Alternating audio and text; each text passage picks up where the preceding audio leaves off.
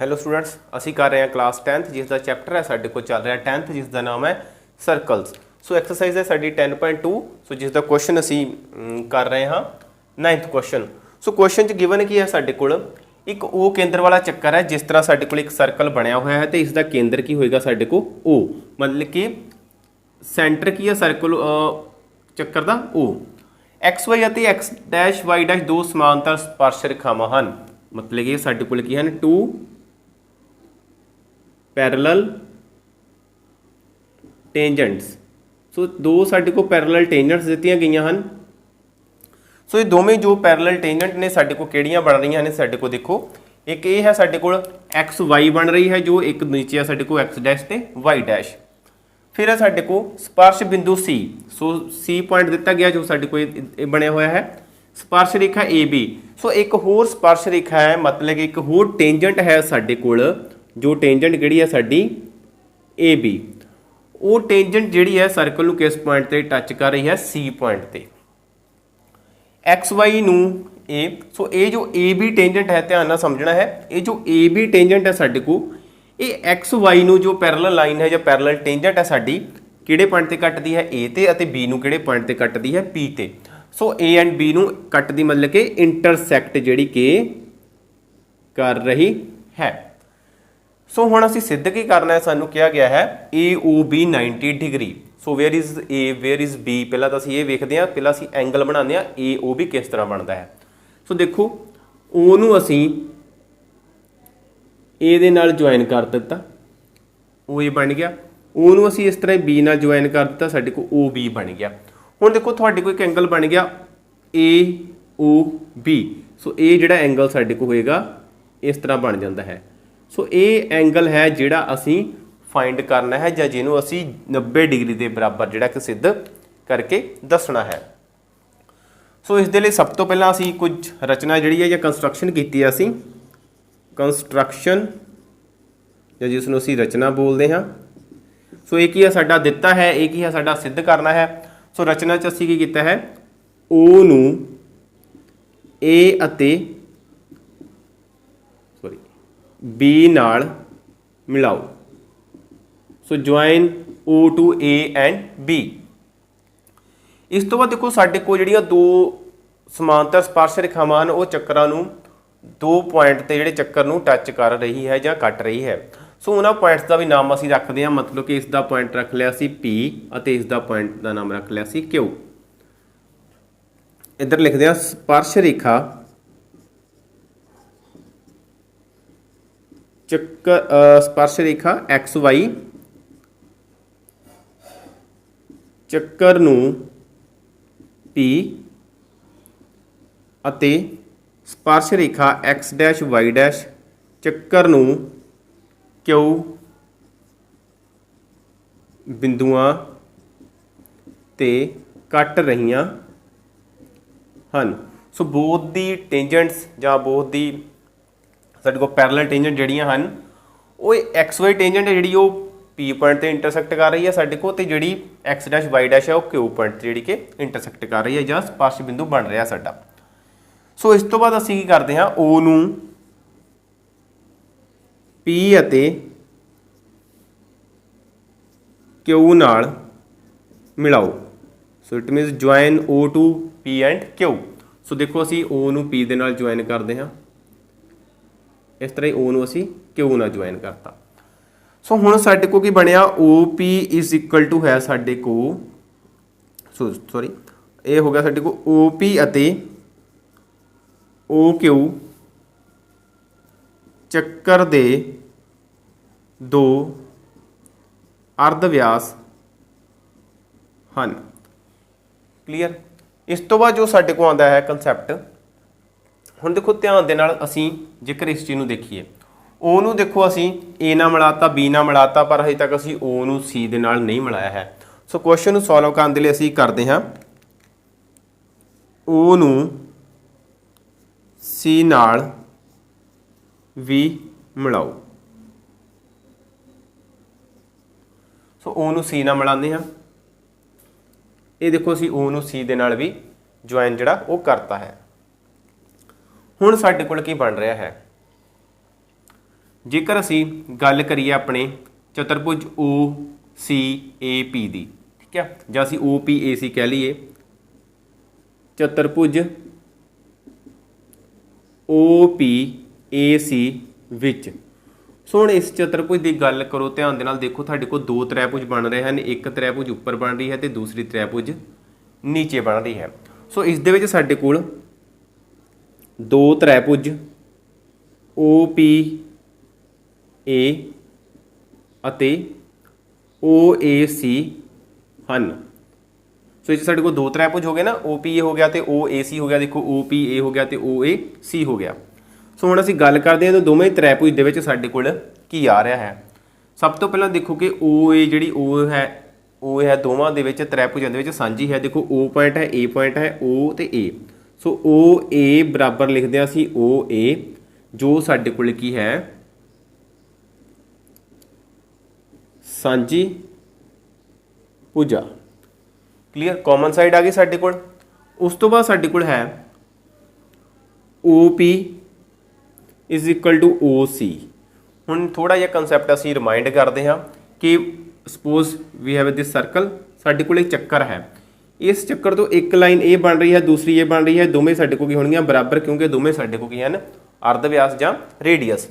सो इस तरह ही साडे कोल एक पॉइंट सी आ रहा है, वो भी साडा आर, ए भी आर ते ए भी आर। सो इस तरह जिन्ने भी आर सर्कल दे विच बनणगे तो वो सारे आर साडे कोल जिहड़े सेम होणगे। सो देयरफॉर साडे कोल की आंदा है O P is equal to क्या गया ओ सी, जो साडे कोल है इक्को चक्कर दे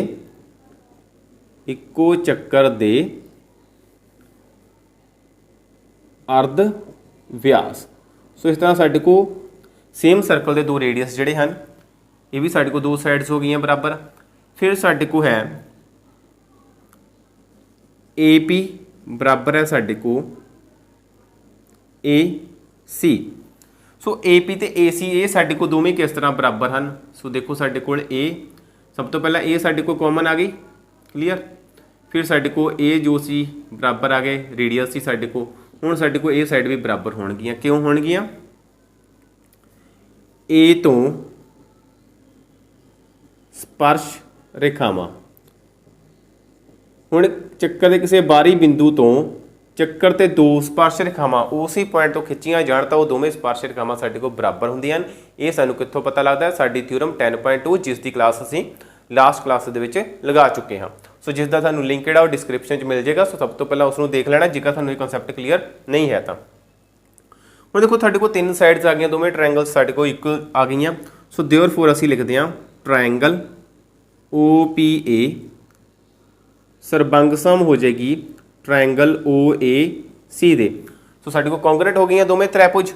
सो किहड़ा क्राइटेरिया या कसौटी साडे कोल लग रही है, एस एस एस तो। सो हुण जदों दो त्रिभुज सरबंगसम हो जाते हैं तो उन्हों के आकार भी बराबर हो जाते हैं तो उन्हों की जिहड़ी शेप है वो तो इक्को जी हुंदी ही है। हुण मतलब कि इन्हां दा आकार भी बराबर हो गया। जदों आकार बराबर हो जाता है साडे कोल, जां कॉन्ग्रेंट दो त्रिभुज सिद्ध हो जाते हैं तो साडे कोल उसके कोरसपोंडिंग एंगल्स से कोरसपोंडिंग साइड्स जिहड़ियां ने वो बराबर हुंदियां हन। मतलब कि संगत भुजावां ते संगत कोण जिहड़े ने वो बराबर हुंदे हन। हुण किस तरह हुंदे हन, देखो ए साइड साडे कोल कॉमन सी, इस दे ओपोजिट एंगल देखो ए है, इस दे ओपोजिट देखो सी है। सो देयरफॉर असीं लिखदे हां angle P is equal to जिहड़ा है साडा एंगल सी है। सो फिर देखो साडे कोल ए दोवें साइड्स बराबर हैं, ये ओपोजिट एंगल इधर भी ए बन रहा है, इधरों भी साडे कोल ए बन रहा है। So therefore angle A is equal to साडे कोल क्या आ गया, ए आ गया। सो इस तरह साडे कोल ए दोवें साइडां बराबर हैं तो इन्हां दे ओपोजिट एंगल साडे कोल ओ आ रहा है। तो therefore O is equal to O आ रहा है। सो ये सांझी भुजा ओ ए सी साडे कोल इत्थे आर लिखिया गया, ये भी साडे कोल ए आना है। सो इस तरह ए तो साडे कोल हो गया। सिमिलरली असीं करदे हां इसे तरह जां असीं लिख लीए सिमिलरली। हुण देखो जिद्दां साडे कोल उपर बन रहा उस तरह ही नीचे एक चतुर्भुज बन रही है। चतुर्भुज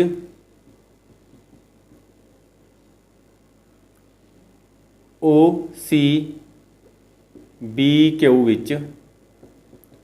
सो ये देखो चतुर्भुज साडे को जो नीचे बन रही है ओ सी बी क्यू दे विच दो त्रिभुज साडे को फिर बन रहे हैं 1 ते 2।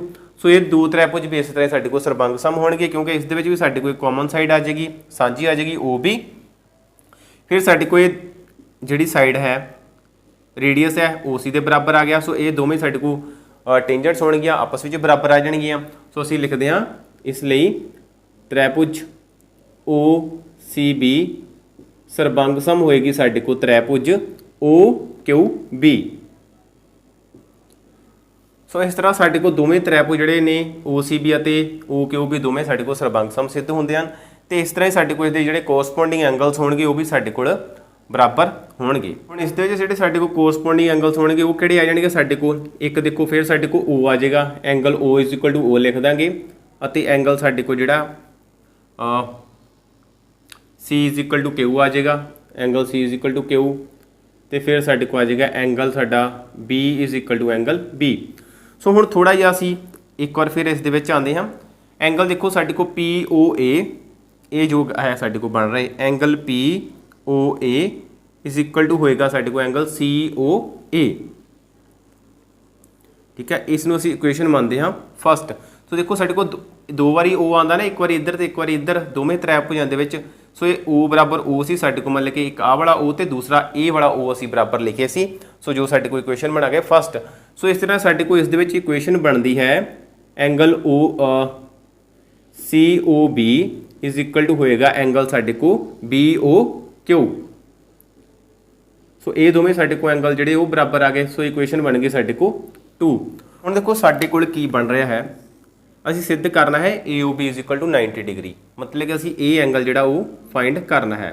तो साडे को एंगल किन्ने बन रहे हैं 1 2 3 ते 4, जिस दे लई साडे कोल सारे दे एंगल जिहड़े चारे एंगल कित्थे बन रहे हैं PQ ते। सो इक्वेशन 1 ਅਤੇ 2 ਦੇ ਕੋਣ PQ व्यास ਜਾਂ डायमीटर ਤੇ बन रहे हैं, जो एक सीधी रेखा है। सो इसका मतलब PQ है जो एक सीधी रेखा है, तो सीधी रेखा का कोण किहदे बराबर होंदा है 180 डिग्री दे। इसलिए असीं करते हैं एंगल 1 प्लस इक्वेशन 1 + 2। सो POA देखो किहदे बराबर है COA दे, तो असीं एंगल फाइंड करना है अपना इस टाइप का ए वाला, जो साडा A है इत्थे O है साडा, इधर है साडी B।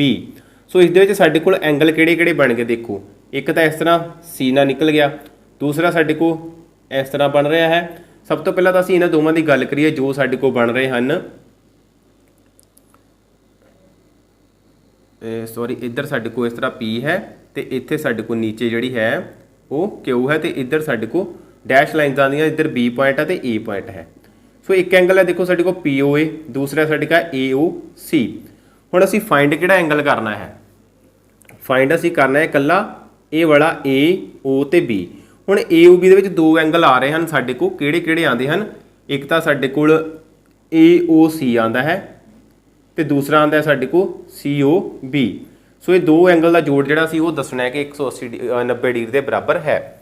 ਇਹਦਾ मतलब साडे को ये दोवें का कोण बराबर हो गए। सो इत्थे साडे को आ गया POA। सो POA जिहड़ा किहदे बराबर है COA दे, ते सानू की चाहिदा है एंगल AOC ਜਾਂ COA एंगल सानू चाहिदा है। सो इसलिए असीं इत्थे लिखदे हां POA COA प्लस असीं कर दे इक्वेशन 2 जो है साडे को COB प्लस असीं कर दिंदे हां BOQ = 180 डिग्री। हुण ये दोवें साडे को कोण बराबर हैं, ये दोवें बराबर हैं साडे को। सो ये एक दूसरे का रीप्लेस हैं साडे को, ये असीं लिखदे हां इस दी जगह ते लिख दिंदे हां असीं AOC प्लस इहदी जगह ते मैं लिखता AOC। सो दोवें कोणां नूं असीं जोड़ता प्लस इस दी जगह ते आ गया COB प्लस इहदी जगह ते भी लिखता COB = आ गया 180 डिग्री। सो साडे को किन्ने AOC बन गए 2 AOC प्लस ये आ गया साडे को 2 COB बराबर आ गया साडे को 180 डिग्री। सो दो साडे को की आ गया कॉमन आ गया, साडे को रह गया AOC प्लस COB = 180 डिग्री। हुण ये दो जिहड़ा इस दे नाल कैंसल हो गया, साडे को आ गया 90 डिग्री, तो साडे को रह की गया angle AOC plus angle COB is equal to 90 degree. ਹੁਣ ਇਹ ਦੋਵੇਂ ਕੋਣਾਂ ਨੂੰ ਦੇਖੋ ਕੀ ਹਨ ਸਾਡੇ ਕੋਲ AOC, ਇਹ ਵਾਲਾ ਐਂਗਲ ਹੋ ਗਿਆ ਸਾਡਾ, ਦੂਸਰਾ COB ਦੂਸਰਾ ਸਾਡਾ ਇਹ ਹੋ ਗਿਆ। ਇਹਨਾਂ ਦੋਵਾਂ ਨੂੰ ਜੋੜਿਆ ਤਾਂ ਸਾਡੇ ਕੋਲ ਕਿਹੜਾ ਐਂਗਲ ਬਣ ਰਿਹਾ ਹੈ AOB। ਸੋ ਇਹ ਦੋਵਾਂ ਨੂੰ ਪਲੱਸ ਕਰਕੇ ਸਾਡੇ ਕੋਲ ਐਂਗਲ ਬਣ ਗਿਆ AOB। So therefore AOB is equal to 90 degree. So ਜਿਸ ਨੂੰ ਅਸੀਂ ਲਿਖਦੇ ਹਾਂ ਪ੍ਰੂਵਡ, ਕਿ ਸਿੱਧ ਕੀਤਾ। ਸੋ ਇਹ ਸੀ ਸਾਡਾ ਕੁਐਸਚਨ ਨੰਬਰ ਐਕਸਰਸਾਈਜ਼ 10.2 ਦਾ 9th ਕੁਐਸਚਨ। ਸੋ ਕੁਐਸਚਨ ਥੋੜਾ ਸਾਡੇ ਕੋਲ ਲੈਂਥੀ ਵੀ ਹੈ, ਥੋੜਾ ਸਾਡੇ ਕੋਲ ਸਮਝਣ ਦੇ ਲਾਇਕ ਵੀ ਹੈ ਕਿ ਇਸ ਨੂੰ ਵਧੀਆ ਢੰਗ ਨਾਲ ਸਮਝ ਕੇ ਅਸੀਂ ਜਿਹੜਾ ਕਿ ਕਰ ਸਕਦੇ ਹਾਂ। ਸੋ ਕੁਐਸਚਨਸ ਔਖੇ ਨਹੀਂ ਹਨ, ਕੁਐਸਚਨ ਬਿਲਕੁਲ ਈਜ਼ੀ ਹਨ। ਸਿਰਫ ਤੁਸੀਂ ਥੋੜਾ ਜਿਹਾ ਧਿਆਨ ਦੇਣਾ ਹੈ ਕਿ ਕਨਸੈਪਟ ਨੂੰ ਕਲੀਅਰ ਕਰ ਲੈਣਾ ਹੈ ਕਿ ਇਸ ਦੀਆਂ ਦੋ ਥਿਊਰਮਸ ਜਿਹੜੀਆਂ ਪਹਿਲਾਂ ਨੇ ਸਾਡੇ ਕੋਲ, ਕਿ ਇਸ ਦੇ ਜਿਹੜੇ ਵੀ ਰੇਡੀਅਸ ਕੇਂਦਰ ਤੋਂ ਜਿਹੜੇ ਲੰਬ ਬਣਦੇ ਹਨ ਉਹ ਬਰਾਬਰ ਹੁੰਦੇ ਹਨ ਕਿਉਂਕਿ ਅਰਧ ਵਿਆਸ ਬਣਦੇ ਹਨ, ਤੇ ਇਸ ਦੀਆਂ ਦੋ ਸਪਰਸ਼ਰੇਖਾਵਾਂ ਜਿਹੜੀਆਂ ਬਾਹਰੀ ਬਿੰਦੂ ਤੋਂ ਬਣਦੀਆਂ ਹਨ ਉਹ ਵੀ ਆਪਸ 'ਚ ਬਰਾਬਰ ਹੁੰਦੀਆਂ ਹਨ। ਤਾਂ ਤੁਹਾਡੇ ਕੋਲ ਸਾਰੇ ਦਾ ਸਾਰਾ ਕਨਸੈਪਟ ਜਿਹੜਾ ਹੈ ਕੁਐਸਚਨਸ ਦਾ ਉਹ ਕਲੀਅਰ ਹੋ ਜਾਏਗਾ। ਸੋ ਵਧੀਆ ਲੱਗਿਆ ਤਾਂ ਲਾਈਕ ਜ਼ਰੂਰ ਕਰੋ, ਦੂਜੇ ਬੱਚਿਆਂ ਤੱਕ ਸ਼ੇਅਰ ਜ਼ਰੂਰ ਕਰਨਾ ਹੈ। ਥੈਂਕ ਯੂ, ਮਿਲਦੇ ਹਾਂ ਨੈਕਸਟ ਕਲਾਸ ਵਿੱਚ ਨੈਕਸਟ ਕੁਐਸਚਨ ਦੇ ਨਾਲ।